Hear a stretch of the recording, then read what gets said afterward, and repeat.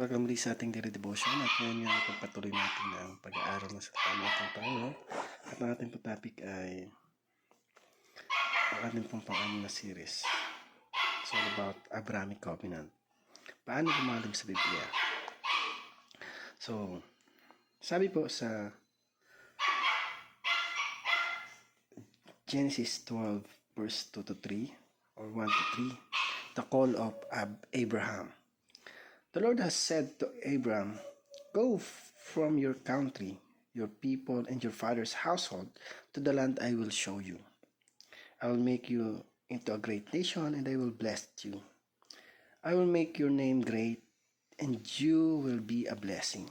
I will bless those who bless you, and whoever curses you I will curse. And all peoples on earth will be blessed through you."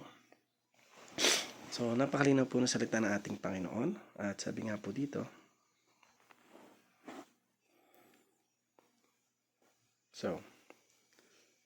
sabi po dito, yung una nating katuruan. The Abraham Covenant. God will provide the sacrificial lamb, Jehovah Jireh. So, ang ating Panginoon, sinakripisyo yung lamb. Yung sabihin yung ilaw, na nagsisilbing tanglaw, sabi nga, naliwanag sa buhay ng bawat sa atin. At dahil sa pamagitan ng ating Panginoong Hesus, binigay ng Diyos yung kanyang bugtong na anak para ang bawat isa sa atin ay maligtas. At sabi nga, may kanya-kanya tayong free will na binigay ang ating Panginoon at nasa sa atin kung ito ba ay susundin natin o sasayangin natin. So, for those who believe that our Lord Jesus Christ is Lord, then sabi nga, wala namang ibang daan, katotohanan, at buhay kundi ang ating Panginoon Jesus lamang. So maniwala tayo at magtiwala sa Kanya bilang Kanyang mga anak. Pangalawa, God will extend the blessings to all nations through the son of Abraham. So, yung blessing ng Panginoon extend niya through the son of Abraham. So kung papansin natin, maraming character ng Bible nagsimula sa angka ni Abraham, pinagpala ng Diyos, talagang naging reason for what we have life right now. So dahil sa kanila, maraming binless ang ating Panginoon, marami yung mga bagay na pinagdaanan, pero naniniwala tayo na sa kabila ng lahat ng ito ay ayon sa kaplanuhan ng Diyos sa buhay ng bawat isa sa atin. At patuloy lang tayo na magtiwala sa Panginoon dahil sa gaya nga na sinabi niya na yung lahat ng bagay na nangyayari sa mundo ay ayon sa kanyang kaplanuhan. Pangatlo, God will bring all nations under the authority of Christ. So yung nation natin, lahat ng bansa, ito ay dadalhin ng Diyos patungo sa pangunguna ng ating Panginoong Hesus. At sa pamagitan niya, dahil sa kaligtasan na pinagkaloob niya sa buhay ng bawat isa sa atin, ay tinatamasa natin ngayon yung pag-ibig at habag ng ating Panginoon.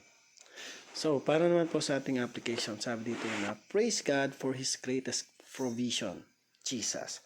So, dakilain natin, sambahin natin ang ating Panginoon at pasalamatan, for He is a great God na talagang dahil sa Kanya, siya yung naging reason kung bakit natamo natin yung kaligtasan sa pamagitan ng kanyang bugtong na anak. Kaya dapat siya yung pasalamatan at sambahin natin sa espiritu at sa katotohanan. Pangalawa, thank God for the blessing of righteousness. So pasalamatan natin Panginoon sa biyaya ng katapatan. Kailanman ay hindi nagkulang ang ating Panginoon sa buhay ng bawat isa sa atin. At naniniwala tayo na darating yung time na mararanasan at mararamdaman natin yung pag-ibig ng Diyos sa buhay ng bawat isa. Pangatlo, live a life of submission to Christ's authority. So mamuhay tayo ng, sabi nga, may pagsusumite sa ating Panginoon at pag-acknowledge dun sa authority na binigay na binigay sa ating Panginoong Hesus. Dahil alam natin na sabi nga, yung plano ng Diyos ay hindi naman para sa ikasasama natin, kundi para sa ikabubuti ng buhay ng bawat isa sa atin. Kaya patuloy lang tayo na magtiwala at sumunod sa ating Panginoon. Talagang may gagawin siya, kikilos siya sa buhay ng bawat isa sa atin at walang ibang Diyos na dapat pasalamatan kundi siya lamang at wala nang iba. So, yung buhay ng bawat isa sa atin, patuloy lang tayo na magtiwala sa ating Panginoon dahil alam natin na ang Diyos na meron tayo ay Diyos na mahabagin, maibigin, at ang nais niya sa atin ay maging maayos at magandang pamumuhay. So again, thank you for watching this video. I hope you learn and God bless you.